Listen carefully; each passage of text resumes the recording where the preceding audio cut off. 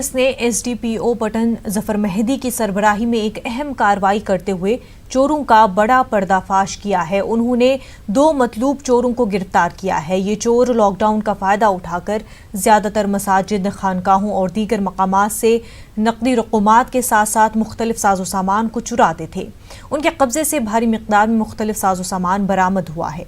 इन चोरों ने मस्जिद के एक इमाम पर जानलेवा हमला भी किया है। 2 रोज पहले भी पटन पुलिस ने 4 चोरों को गिरफ्तार किया था, जिनके कब्जे से 60 लाख मालियत का मुख्तलिफ साजो सामान बरामद किया गया था। मुलविस अफराद के खिलाफ केस दर्ज किया गया है और मजीद तहकीकात जारी है। मकामी लोगों ने पटन पुलिस की इस कार्रवाई पर सराहना की है। कुछ रिपोर्ट्स हमारे थाने में मौसूल होती थी कि हमारे जो पटन सब डिवीज़न के कुछ इलाके हैं जैसे चकसरी, चुक्कर वगैरह, वहाँ पे मस्जिदों में जो है चोरियाँ हो रही हैं।